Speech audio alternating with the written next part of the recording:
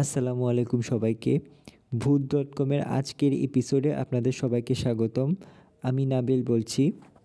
আজকে যার ঘটনাটি আপনাদের সামনে উপস্থাপন করছি, ওনার এর আগেও কিছু ঘটনা আমরা আপনাদের কাছে প্রচার করেছি। তবে এবারের ঘটনায় উনি ওনার নামটি প্রচার করতে নিষেধ করেছেন। ওনার বাড়ি গাজীপুর সদরে। ঘটনা সংক্রান্ত কিছু স্থান এবং ব্যক্তির নাম উনি স্পর্শকাতর মনে করেছেন, এই কারণে সেগুলো প্রচার করতে নিষেধ করেছেন। তো চলুন ঘটনাটি শুরু করা যাক। মূলত ওনার চোখের সামনেই ওনার ঘনিষ্ঠ একজন বন্ধুর সাথে এক রোমহর্ষক ঘটনা ঘটে যায়, যার সাক্ষী আরও 17 জন মানুষ। 2019 সালের দিকের ঘটনা। ওনারা এসএসসি পরীক্ষা শেষ হওয়ার পর বন্ধুরা সবাই মিলে ডিসাইড করলেন যে 40 দিনের জন্য তাবলিগে যাবেন। আর ওনার বন্ধুর নাম ছিল রহমান, যাকে নিয়ে এই ঘটনার সূত্রপাত। ওনার নিজ জেলা গাজীপুর, সেখানে একটি বড় মসজিদ ছিল, যেটিকে স্থানীয়ভাবে লোকেরা বলতো বড় মসজিদ। সেই মসজিদের যিনি প্রধান ইমাম ছিলেন, তার পরামর্শে সিদ্ধান্ত হয় যে তারা ওই চিল্লার জন্য যাবেন দিনাজপুর জেলায়। সেখানে একটি মার্কাজ মসজিদ রয়েছে, যেখানে তাদের চিল্লায় যাওয়ার কথা ছিল। তো ওনারা তাবলিগ জামাতের চিল্লার জন্য দিনাজপুরে যান। দিনাজপুরের যেই উপজেলায় ওনারা গিয়েছিলেন সেটির নাম হচ্ছে বিরল। তো ওনার সেই তাবলিগ জামাতের সফরে টোটাল যে টিম মেম্বার ছিল সেটি ছিল 18 জন। একজন প্রধান আমির এবং আরেকজন আমিরের সহকারী সহ মোট 18 জন সদস্য ছিলেন। তো মার্চ মাসের 10 তারিখ দুপুর 3টার আগে সান্তাহার রেল স্টেশনের উদ্দেশ্যে তারা রওনা হয়েছেন। তো পৌঁছাতে পৌঁছাতে রাত হয়ে গেল। তো রাতে ওনারা ওই দিন রাতে দিনাজপুরের যে মার্কাজ মসজিদ ছিল সেখানেই রাতটি কাটালেন। তো পরের দিন সকাল 9টার দিকে ওনারা রওনা হলেন ওনাদের গন্তব্যে। তো ওনারা ওখানে কয়েকটি মসজিদে পরপর থাকার কথা পালাক্রমে। তো এর মধ্যে প্রথম যে মসজিদে যাওয়ার কথা সেখানে তারা পৌঁছান দুপুর 12টার দিকে। তো ওই মসজিদে পৌঁছানোর পর প্রথম 3 দিন তাদের খুব ভালোভাবেই কেটেছে, আলহামদুলিল্লাহ। কোনো অসুবিধা বা কোনো খারাপ কোনো ঘটনা ঘটেনি। এরপর ওই মসজিদ থেকে তারা অন্য আরেক মসজিদে যান, সেখানেও তারা প্রায় 3 দিন ছিলেন। তো এই 2 মসজিদে মোট 6 দিন সময় তাদের কোনো অসুবিধাই হয়নি, নির্বিঘ্নেই কেটে গিয়েছিল। তো এরপর 3 নম্বর মসজিদ যেখানে যান, সেই মসজিদের আশেপাশের এরিয়াটা ছিল একটু গা ছমছমে এবং নির্জন এলাকা, আশেপাশে কোনো জনবসতি ছিল না। তো ওই গ্রামের প্রবেশ পথে শুরুতেই রাস্তার এক পাশে 4 থেকে 5টি ছোট বড় দোকান রয়েছে। এক পাশে মাঝারি একটি পুকুর এবং পুকুরের পাড় ঘেঁষে একটি ছোট মন্দির রয়েছে। আর একটু সামনে এগুলেই আরেকটা ছোট বাঁশঝাড়। আর সেই পুকুরটির পাশেই ছিল একটি লিচু বাগান। তো ওনাদের মসজিদের 3 পাশেই 3 দিকে ঘরবাড়ি ছিল এবং মসজিদের সাথে লাগানো আরেকটি অন্য একটি পুকুর ছিল। তো ওই মসজিদে পৌঁছাতে ওনাদের আনুমানিক সকাল 8:30টার মতো বেজে যায়। তো ওনারা সবাই নিজেদের জিনিসপত্র গুছিয়ে নিয়ে প্রায় 10 থেকে 12 জন সকালের নাস্তা করতে গেছেন। তো নাস্তা করার এক পর্যায়ে দোকানদার তাদেরকে জিজ্ঞাসা করলো যে, বাবারা তোমরা কি তাবলিগ জামায়াতে এসেছো? তো তারা বলল যে হ্যাঁ, আমরা তাবলিগ জামায়াতে চিল্লাতে এসেছি। এরপর ওই হোটেল মালিক তাদেরকে জানালো যে সন্ধ্যার পর বিনা কারণে একা একা বের হওয়ার কোনো প্রয়োজন নেই। তো এই কথা শুনে তারা চিন্তা করলো যে এখানে হয়তো চোর ডাকাতের ভয় থাকতে পারে, এজন্য এই কথা বলেছেন। কিন্তু তারা ঘুণাক্ষরেও টের পাননি যে এখানে কোনো ভৌতিক ঘটনা জাতীয় কিছু বোঝানো হচ্ছে, এরকম কিছু তারা আন্দাজ করেননি। তো তারা যথারীতি তাদের খাওয়া দাওয়া শেষ হলে বিল মিটিয়ে দিয়ে হোটেল থেকে চলে আসলেন মসজিদে। তো বেলা 11টার দিকে আমির সাহেব সহ আরও কিছু সহকারী যারা ছিলেন তারা খাবার রান্নার কাজ শুরু করে দেন। বাকিরা বিভিন্ন আমলে ব্যস্ত ছিল। তো এর মধ্যে কেউ খেয়াল করেননি যে তাদের সাথে যে ইসলাম নামের যে ছেলেটা ছিল সে কাউকে না জানিয়ে বাইরে বের হয়ে গেছে। জোহরের আজানের আনুমানিক 10 থেকে 15 মিনিট আগে সে যথারীতি মসজিদে ফিরে আসে তবে তার আচার আচরণ স্বাভাবিক ছিল। তারপর রান্না শেষ করে সবাই জোহরের নামাজ আদায় করতে দাঁড়িয়ে গেছেন। তো আমাদেরকে যে ব্যক্তি ঘটনা পাঠিয়েছেন ওই ভাইয়ের পাশেই সেই ইসলাম নামক তার বন্ধুটি নামাজের জামাতে দাঁড়িয়ে যান। প্রথম রাকাতের সময় তেমন কোনো সমস্যা হয়নি, কিন্তু বিপত্তি বাধে দ্বিতীয় রাকাত নামাজ পড়ার সময়। এমন হয় না যে আমরা নামাজ পড়ার সময় পাশাপাশি দাঁড়ালে একজন আরেকজনের গায়ের সাথে ধাক্কা লেগে যায়, ঠিক সেরকম হলো।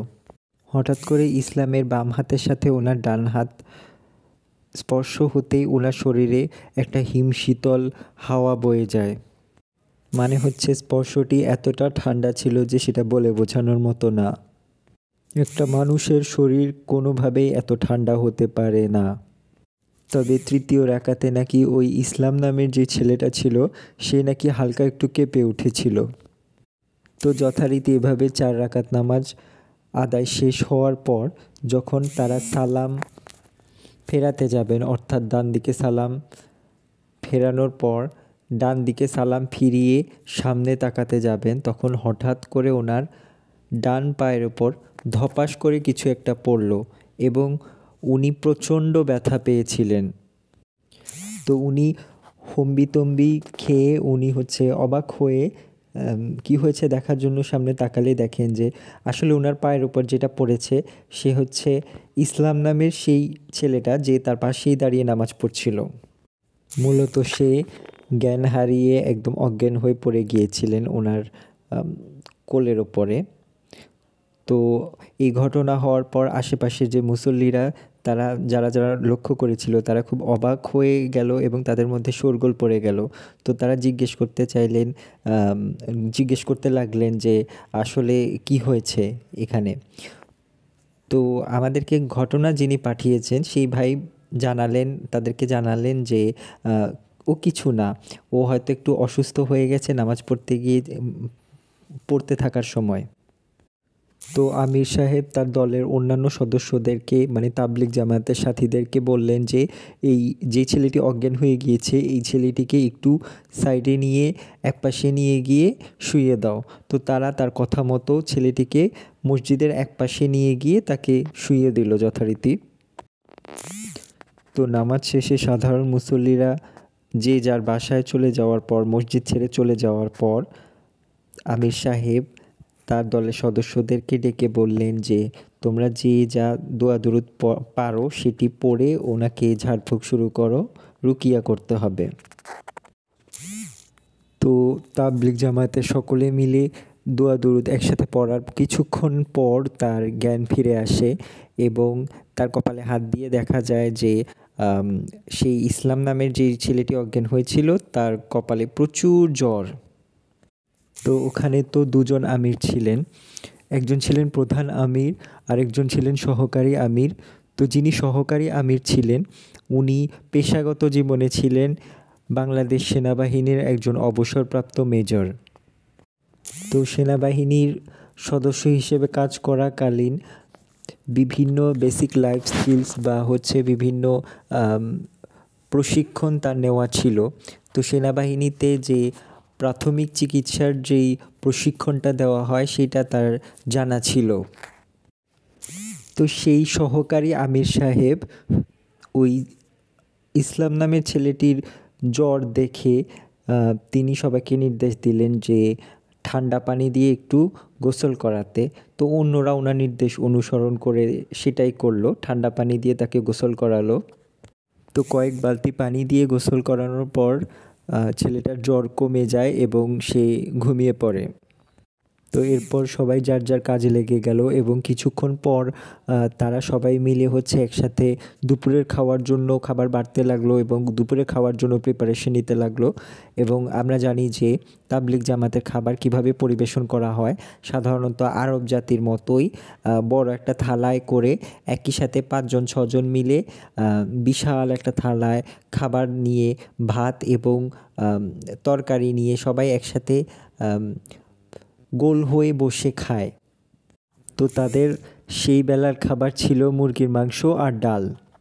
তো তারা ভাতটা মাত্র বেড়ে ওই বিশাল থালার মধ্যে রাখছেন, সেই মুহূর্তেই কোথা থেকে যেন ইসলাম নামের ছেলেটা ঘুম থেকে উঠে ধড়মড় করে উঠে সেখানে তাদের পাশে এসে বসে যায় খাবার খাওয়ার জন্য। তো আমাদেরকে যিনি ঘটনা পাঠিয়েছেন সেই ব্যক্তি এবং তার ভাতিজা সেখানে উপস্থিত ছিলেন এবং তারা বেশ কিছুটা দূরে আরেকটা থালির কাছে ছিলেন। তো খুব মুহূর্তের মধ্যেই ওই ইসলাম নামের যেই ভাইটা ছিলেন তিনি মুহূর্তের মধ্যেই বাতাসের বেগে সেই তাদের প্লেট পর্যন্ত পৌঁছে যায়। তো এটা দেখে সবাই হতভম্ব হয়ে যায় এবং এত দ্রুত গতিতে এসে ঠাস করে বসে যান যে ওনারা সবাই ভয় পেয়ে যান। ছেলেটির এই অস্বাভাবিক কর্মকাণ্ড দেখে আমির সাহেব কিছু একটা মনে মনে ভাবলেন এবং সবাইকে ইঙ্গিত করলেন যে ও যেটা করতে চায় সেটা তাকে করতে দাও। তো সেই ইসলাম নামে ছেলেটা এক অদ্ভুত কাজ করলো। সে একই সাথে 2 থেকে 3 লোকমা খাবার মুখের মধ্যে পুরে দিল এবং তারপরেই দেখা গেল এক অদ্ভুত দৃশ্য। সে 2 হাত দিয়ে খাওয়া শুরু করলো। সে এমনভাবে খেতে শুরু করলো দেখে মনে হচ্ছিল যেন তার মুখের দুপাশ দিয়েই লালা ঝরছে। এভাবে সে একাই 5 থেকে 6 জনের খাবার গোগ্রাসে খেয়ে শেষ করে ফেললো অল্প কয়েক মিনিটের মধ্যে। এবং খাওয়া শেষ হলে সে যখন পানি খাওয়ার পালা এলো, পাশে রাখা ছিল 6 থেকে 7 লিটার পানির একটা বালতি। তো সে কী করলো, তার মাথাটা বালতির ভেতরে চুবিয়ে দিয়ে ঢকঢক করে সব পানি চুষে খেয়ে ফেললো এবং এরপর সে তার পুরো শরীর পরিষ্কার না করে সেই অবস্থাতেই সে গিয়ে আবার শুয়ে পড়ল। এসব ঘটনা দেখে তাবলিগের যতজন সদস্য ছিল তারা সবাই ভয়ে ঘেমে নিয়ে একাকার হয়ে গেল এবং তারা খুব অবাক হচ্ছিল যে এসব কি হচ্ছে। এবং সে যথারীতি খুব দ্রুতই ঘুমিয়ে পড়ল। তো সে চলে যাওয়ার পর আমির সাহেব সবাইকে বললেন যে আপনারা আপনাদের খাবারটা খেয়ে নিন। তো যেহেতু সে একাই 5-6 জনের খাবার খেয়ে ফেলেছিল সেহেতু বাকি সদস্যদেরকে একটু কষ্ট করে অল্প খাবার খেয়ে চালাতে হয়েছিল সেই বেলা। এবং তারা যথারীতি অনেক বেশি ট্রমাটাইজড ছিলেন যেহেতু তারা এরকম অদ্ভুত একটা ঘটনা দেখেছেন। তো তাদের অনেকেরই খাবার গলা দিয়ে নামছিল না। তো তারা অনেক কষ্ট করে খাবারটা শেষ করলেন।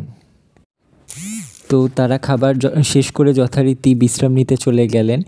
এর কিছুক্ষণ পর আনুমানিক 20 মিনিট থেকে আধা ঘন্টার পর ওই ইসলাম ছেলেটার আবার ঘুম ভেঙে যায়। ঘুম থেকে উঠে সে যথারীতি সবাইকে বিরক্ত করা শুরু করে এই বলে যে আমার প্রচণ্ড ক্ষুধা লেগেছে, আমার জন্য খাবার নিয়ে এসো। তো তারা সবাই একে অন্যের মুখ চাওয়াচাওয়ি করা শুরু করেন যেহেতু তারা নিজের চোখে দেখেছিলেন যে এই ছেলেটা একাই 4 থেকে 5 জনের খাবার খেয়ে ফেলেছিল। তাহলে আবার হঠাৎ এমন কি হলো যে এই কিছুক্ষণের মধ্যে সে আবার এতটা ক্ষুধার্ত হয়ে গেল। তো যাই হোক, অবাক হয়ে থাকলেও আমির সাহেব নিজেকে সামলে নিলেন এবং তিনি সোহাগ নামের একজন সদস্যকে, তাবলিগ সদস্যকে অর্ডার দিলেন যে আপনি ওনার জন্য খাবার নিয়ে আসুন। তো এবার খাবার নিয়ে আসার পর ইসলাম নামের সেই ব্যক্তিটি খাবারগুলো খুব স্বাভাবিকভাবেই খেলেন। এরপর আনুমানিক আসরের ওয়াক্তের ঠিক আগ মুহূর্তে মানে বিকাল 4:15 কি 20 মিনিটে ওই এলাকার একজন জিম্মাদার আমির সাহেবকে ফোন করে বললেন যে ওই এলাকার একজন জিম্মাদারকে আমির সাহেব ফোন করে জানালেন যে আমাদের তাবলিগ সদস্যদের মধ্যে একজন সাথী অসুস্থ, আপনি দ্রুত একজন ডাক্তার পাঠান। তো সেই জিম্মাদার ব্যক্তি, সেই এলাকার স্থানীয় ব্যক্তিটি তড়িঘড়ি করে একজন ডাক্তারকে সেখানে মসজিদে পাঠালেন। বলে রাখা ভালো যে ডাক্তার আসার ঠিক আগ মুহূর্ত পর্যন্ত ইসলাম নামে সেই ছেলেটি বেশ স্বাভাবিকই ছিল, কিন্তু ডাক্তার যেই মুহূর্তে মসজিদে পা রেখেছেন ঠিক তখনই ইসলাম নামে সেই ছেলেটা সবাইকে অবাক করে দিয়ে ডাক্তারের নাম উল্লেখ করে বলে, হ্যাঁ রে, তুই এখানে কি করিস? তো এই ঘটনার পর ডাক্তার সাহেব তারপরও কোনো রকমে নিজেকে সামলে নিলেন এবং রোগীকে দেখার জন্য, মানে ওই ইসলাম নামের ওই ভাইটিকে দেখার জন্য যখন সামনে এগোতে নিলেন তখন ওই ভাইটির নিজের কণ্ঠে বলে উঠলেন, তার বাবার নাম, ওই ডাক্তারের বাবার নাম উল্লেখ করে বলে উঠলেন, হ্যাঁ রে, তুই কি ওই লোকটার ছেলে না? তোর একটা ছোট মেয়ে আছে না? তোর মেয়ের জন্য কি তোর কোনো মায়া নেই? তোর আর তোর মেয়ের প্রাণ বাঁচাতে চাইলে তুই এখনই এখান থেকে ভাগ। তো অবস্থা বেগতিক দেখে ডাক্তার সাহেব করলেন যে কোনো মতে কিছু ওষুধ লিখে দিয়ে তাড়াতাড়ি সেখান থেকে প্রস্থান করলেন, মানে চলে গেলেন। তবে ওই দিন আর কোনো তেমন গুরুতর ঘটনা ঘটেনি। এবার আসি দ্বিতীয় দিনের ঘটনায়। ওই মসজিদের যিনি প্রধান ইমাম সাহেব ছিলেন, তিনি একজন বয়স্ক বুজুর্গ ব্যক্তি ছিলেন। ওনার বয়স ছিল প্রায় ৮০-ও বেশি। তো ওনাদের এই সমস্যা দেখে উনি নিজে থেকেই বলে উঠলেন যে আমি আপনাদেরকে কিছু জিনিসের নাম বলে দেব, এই জিনিসগুলো আপনারা মাগরিবের নামাজ পড়ার পর বাজার থেকে নিয়ে আসবেন। তো তারা সেই কথা অনুসারে সেই জিনিসগুলো লিস্টে দেওয়া সেই জিনিসগুলো বাজার থেকে নিয়ে আসলো। তো উনি যেই জিনিসগুলো আনতে বলেছিলেন সেগুলো ছিল ১ কেজি দুধ, বিচি কলা এবং চিনি ২৫০ গ্রাম। তো এরকম প্রায় ১৫-২০টি আইটেম উনি তাদেরকে আনতে বলেছিলেন। তো তার মধ্যে একটি উপকরণ ছিল রক্তজবা ফুলের পাপড়ি। তো ওনারা মাগরিবের নামাজ শেষে এই জিনিসগুলো যখন বাজার থেকে নিয়ে এসে ওই ইমাম সাহেবের হাতে তুলে দিলেন, তখন তাদেরকে বলা হলো যে এখন রুকিয়া শুরু করা হবে, কিছু ঝাড়ফুঁক হবে।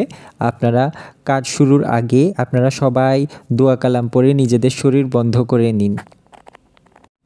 তো সবার শরীর বন্ধ করে ফেলার পর যে উপকরণ সামগ্রীগুলো বাজার থেকে আনা হয়েছিল সেগুলো সবগুলো একসাথে মেখে একটা মিশ্রণ তৈরি করা হলো এবং ইসলাম নামের ওই ব্যক্তির শরীরে যখনই মেখে দেওয়া হলো তখনই ঘটলো এক অদ্ভুত ঘটনা, যা সবার শরীরের লোম দাঁড় করিয়ে দিল। হঠাৎ করেই মসজিদের ভেতরে ইলেকট্রিসিটি চলে গেল, অথচ জানালা দিয়ে দেখা গেল যে আশেপাশে যে ঘরবাড়িগুলো আছে সবগুলোতেই কিন্তু লাইট জ্বলছে। মাত্র ৫-৬ সেকেন্ডের জন্য মসজিদের ভেতরে ইলেকট্রিসিটি ছিল না। কিন্তু অবাক হওয়ার বিষয় যে হঠাৎ করে কেন মসজিদের ভেতরেই অল্প কয়েক সেকেন্ডের জন্য ইলেকট্রিসিটি কেন চলে গেল, এটা কিন্তু একটা রহস্যই রয়ে গেল। তো যাই হোক, ইলেকট্রিসিটি ফেরত আসার পর রুকিয়া শুরু হয় এবং তার উপর রুকিয়া করা শুরু হয়ে যায়। তো সেই রুকিয়া করার আগে যে ৫-৬ সেকেন্ডের জন্য হঠাৎ করে ইলেকট্রিসিটি চলে যায়, সেই ঘটনায় ওই তাবলিগের সদস্যদের মধ্যে অভিনামের একজন ছিলেন, তিনি এতটা চমকে গিয়েছিলেন, এতটা ভয় পেয়েছিলেন যে ওই ঘটনার পর প্রায় ২ দিন পর্যন্ত তার জ্বর থাকে। তো ওই দিনের রুকিয়ার পর ইসলাম নামের ওই ভাইটি যথারীতি সুস্থ হয়ে যান। তো তার পরবর্তী দিনও মানে তৃতীয় দিনও তার তেমন কোনো সমস্যা হয়নি। তো যেহেতু ৩ দিন হয়ে গিয়েছিল, তারা ওই মসজিদ শেষ করে তারা অন্য আরেক মসজিদের উদ্দেশ্যে রওনা করেন, মানে চতুর্থ মসজিদের উদ্দেশ্যে তারা ওই আগের মসজিদটি ছেড়ে চতুর্থ মসজিদের উদ্দেশ্যে রওনা করেন। চতুর্থ মসজিদের বর্ণনাটা একটু দেওয়া যাক।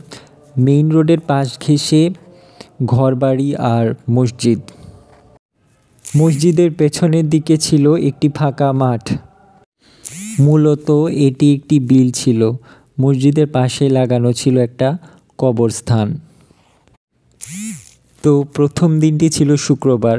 আল্লাহ তাআলার রহমতে প্রথম দিন কোনো ঝইঝামেলা ছাড়াই সুন্দরভাবে নির্বিঘ্নে কেটে যায়। তো রাত তখন আনুমানিক 10টা কি 10:30 এরকম হবে। তো তাবলিগ জামাতের চিল্লায় যেটা হয়ে থাকে সাধারণত, যে সদস্যরা ঈশার নামাজ আদায়ের পর দ্রুত ঘুমিয়ে পড়ে এবং মাঝরাতে 2টো বা 3টার দিকে ওঠে একসাথে তাহাজ্জুদের নামাজ আদায় করার জন্য। তো রাত 10টা কি 10:30টার সময় এক সদস্যের ঘুম হঠাৎ করে ভেঙে যায় এক অদ্ভুত শব্দে। তো সেই শব্দটি ছিল এরকম যে কেউ যদি ফিস করে কথা বলে যেরকম শব্দ শোনা যায়, তার চেয়ে একটু জোরে যদি কথা বললে যেমনটা শোনা যাবে, ঠিক সেই রকমের কনভারসেশন ছিল। তো শব্দটা ছিল খুব ভারী কণ্ঠে। কেউ একজন বলছে, ওরা আমাকে ডাকছে, ওরা আমাকে নিয়ে যেতে চায়, এই ধরনের কথোপকথন ছিল। মসজিদটা আসলে খুব বেশি বড় ছিল না, দরজা ছিল মোট 3টি।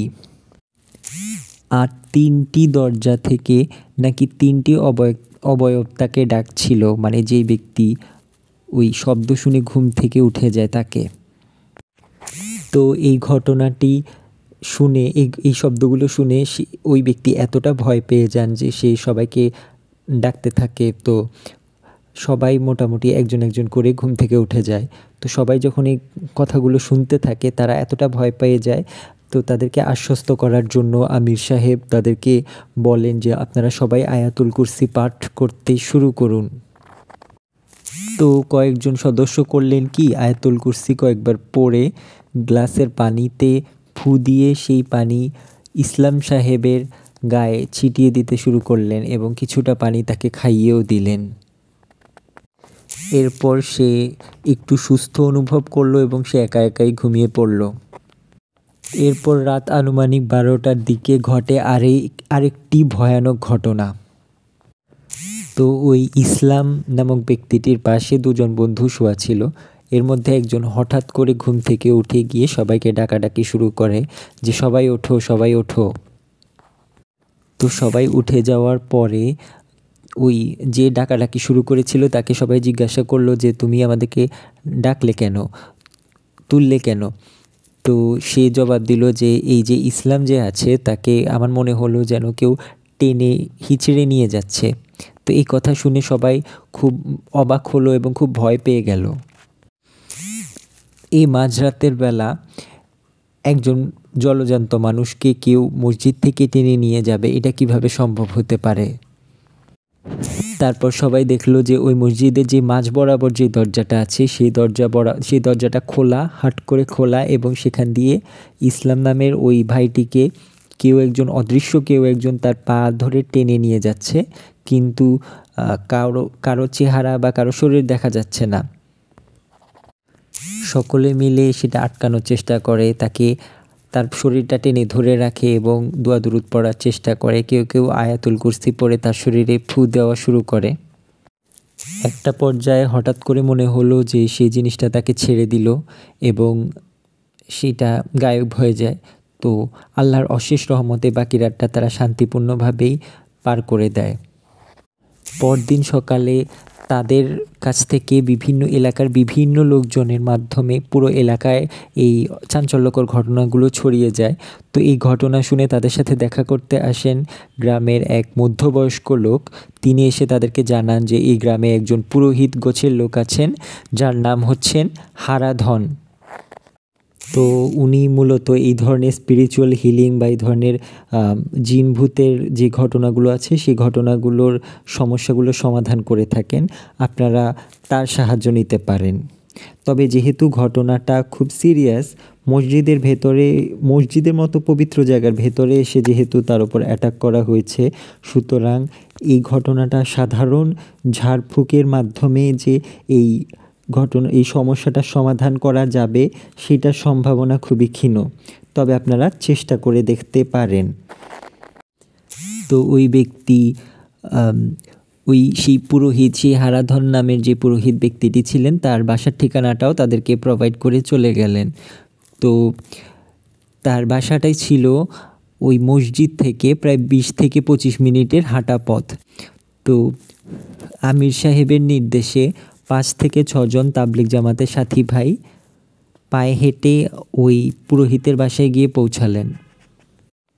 তো ওনারা যখন গিয়ে পৌঁছালেন তখন আনুমানিক রাত 9টা হবে, কারণ এই যে তান্ত্রিক ব্যক্তি ছিলেন উনি সাধারণত রাতের বেলা ছাড়া দিনের বেলা কোনো কাজ করতেন না।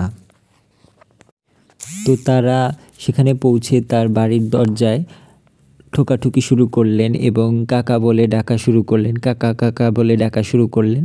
তো ভেতর থেকে ওই ব্যক্তি এসে তাদেরকে দরজা খুলে দিল, তাদেরকে ভেতরে বসতে দেওয়া হলো। কিছুক্ষণ অপেক্ষা করার পর ভেতর থেকে খালি গায়ে এবং ধুতি পরা একজন লোক বের হয়ে আসলেন। তো তিনি তাদের সবার সাথে কুশল বিনিময়ের পর জিজ্ঞেস করলেন যে আপনাদের সাথে কি হয়েছে, আপনি আমাকে সবিস্তারে খুলে বলতে পারেন, তাহলে আমি ভেবে দেখব যে আমি আসলে সাহায্য করতে পারবো কিনা। তো ওই 5 জন যে সাথী ভাই ওনার কাছে গিয়েছিলেন, তারা এই কয়দিনে তাদের সাথে কি কি ঘটনা ঘটেছে সবগুলো ঘটনা সবিস্তারে তাকে খুলে বললেন। তো পুরোহিত মশাই অভয় দিয়ে বললেন যে হ্যাঁ, এই সমস্যাটার সমাধান আমি করতে পারবো, এজন্য আমার কিছু জিনিস লাগবে। তো আপনাদেরকে কিছু জিনিসের তালিকা দিচ্ছি, এই জিনিসগুলো আগামীকাল বাজার থেকে কিনে নিয়ে আসবেন। তো এই জিনিসপত্রের তালিকায় ছিল 3টা আলাদা কূপের পানি এবং পুরনো মধু। নতুন মধু হলে চলবে না, বেশ কয়েক মাসের পুরনো যে মধু আছে সেই মধু হতে হবে। তো তারা যথারীতি সবগুলো উপকরণ জোগাড় করা হয়ে যায়। একটা উপকরণ জোগাড় করতে তাদের খুব অসুবিধা হচ্ছিল, সেটা হচ্ছে কূপের পানি। 3টি কূপের পানি, যেহেতু তারা সব তাবলিগের সাথীরা ছিলেন ওই এলাকায় নতুন, তারা কেউ স্থানীয় ছিলেন না। তো তারা অনেক কষ্ট করে কূপের ঠিকানা জোগাড় করলেন, যেহেতু এখনকার যুগে কূপ সেরকম খুঁজে পাওয়া যায় না। তো তারা 2টো কূপের পানি জোগাড় করা হয়ে যাওয়ার পর শেষ কূপের ক্ষেত্রে তারা যেটা করলেন, তারা দ্বিতীয় যে মসজিদটা ছিল সেই মসজিদের পাশের একটা কূপে, পাশের বাড়িতে ছিল কূপ। তো সেখানে তারা গেলেন এবং তাদেরকে ওই পুরোহিত মশাই আগে থেকেই বলে দিয়েছিলেন যে কেউ যদি কূপের পানি দিতে না চায়, তাহলে আপনারা তাকে আমার পরিচয় জানাবেন যে আপনাদেরকে হারাধন কাকা পাঠিয়েছে, আপনাদেরকে যেন তারা কূপের পানিটা প্রোভাইড করেন। তো যাই হোক, সবগুলো কূপের পানি জোগাড় করার পরে এবং অন্যান্য সবগুলো সামগ্রী জোগাড় করার পরে তারা ওই হারাধন কবিরাজের সাথে যোগাযোগ করেন এবং তার কাছে সবগুলো জিনিস হ্যান্ড ওভার করার পরে উনি ওনার নিজস্ব রীতিতে হিন্দু নিয়মে উনি হচ্ছে ঝাড়ফুঁক, মানে হিন্দু নিয়মে উনি হচ্ছে যে ওনার রিচুয়ালগুলো করা শুরু করেন। তো এই 3টি কূপের মধ্যে সাধারণত একটি কূপ ছিল এমন একটি জায়গা থেকে আনা হয়েছিল, সেটা একটা পুরাতন জমিদার বাড়ির মতো ছিল এবং সেই বাড়িতে মাত্র অল্প কয়েকজন সদস্য ছিলেন। তো আবার এখানে একটা শর্ত ছিল যে এই যে কূপের পানিগুলো জোগাড় করতে হবে মূলত হচ্ছে সন্ধ্যার পর থেকে, দিনের বেলা কাজ করা যাবে না। তো এই সবগুলো 3টি জায়গার পানি জোগাড় করতে করতে তাদের প্রায় রাত 12টার মতো বেজে গিয়েছিল। তো 3টি কূপের পানি জোগাড় করার পর এবং আগের বাকি যেই সামগ্রীগুলো বলা হয়েছিল সেগুলো বাজার থেকে কিনে সব কিছু জোগাড় করার পরে তারা ওই পুরোহিত মশাইয়ের বাসায় যায় এবং তার সাথে যোগাযোগ করার পরে সে ওই সবগুলো জিনিস দিয়ে কিছু রিচুয়াল করে হিন্দু নিয়মে। সেই রিচুয়াল করার শেষ হওয়ার পরে তিনি তাদেরকে বলেন যে এই পানি দিয়ে ওই ইসলাম নামে যে ব্যক্তি যাকে ওই জিনে ভর করেছেন তাকে এই পানিগুলো দিয়ে গোসল করাতে হবে এবং কিছু পানি তাকে খেতে দিতে হবে। আর একটা ঘি পড়ে দিয়েছিলেন, সেই ঘিটা তার শরীরে মাখিয়ে দিতে হবে। তো এই রিচুয়ালগুলো সম্পন্ন হওয়ার পরে ওই ইসলাম নামক ছেলেটা আল্লাহর রহমতে খুব দ্রুতই সুস্থ হয়ে যায়, তবে সে শারীরিকভাবে অনেকটাই দুর্বল হয়ে পড়েছিল। তো এই ঘটনাটি সমাপ্তি হওয়ার পরে ওনারা অ্যাজ ইউজুয়াল ওখান থেকে চিল্লা শেষ করে ফিরে আসেন এবং আমাদেরকে যেই ভাইটি ঘটনা পাঠিয়েছেন তিনি জানিয়েছেন যে এরপরে ওই ইসলাম নামের ছেলেটার সাথে আর তেমন খারাপ কিছুই হয়নি, এই ঘটনাটা সেখানেই সমাপ্ত হয়ে গিয়েছিল। তবে পরিতাপের বিষয় এটাই যে কোন ধরনের জিন বা প্রেত আক্রমণ করেছিল তার উপর, বা কেন আক্রমণ করেছিল, কেন এই ঘটনাগুলো ঘটেছিল, সেটার আর কোনো এই রহস্যটা অমীমাংসিতই থেকে যায়। আজ পর্যন্ত জানা যায়নি যে আসলে তার উপর এই ঘটনাগুলো কেন ঘটেছিল, কোন ধরনের স্পিরিট তার উপর এই ধরনের অ্যাটাক করেছিল এবং কী কারণে করেছিল, এই ঘটনাগুলো আসলেই আর জানা যায়নি। তো আজকের ঘটনাটি এই পর্যন্তই ছিল। আজকে আমি বিদায় নিচ্ছি। আপনাদের সবার কাছে রিকোয়েস্ট রইল যে আপনারা আমার চ্যানেলটি লাইক এবং সাবস্ক্রাইব করে দেবেন এবং চ্যানেলের কমেন্ট বক্সে কমেন্ট করে জানাবেন যে আমার ঘটনাগুলো আপনার কাছে কেমন লাগলো। এই ঘটনাগুলো কালেক্ট করা হয়েছে, কিছু কিছু ঘটনা কালেক্ট করা হয়েছে ভূত এফএম, আফনান ভাইয়ের ঘটনা থেকে। কিছু কিছু ঘটনা কালেক্ট করা হয়েছে আমরা ইন্টারনেটে আমাদের বিভিন্ন ফেসবুকে বিভিন্ন ফ্যান্সরা আমাদেরকে বিভিন্ন ঘটনা বর্ণনা করে পাঠিয়েছেন, সেগুলোই আমরা কালেক্ট করে আপনাদের পর্যন্ত পৌঁছাচ্ছি। অনেক অনেক ধন্যবাদ এবং ভালোবাসা রইল।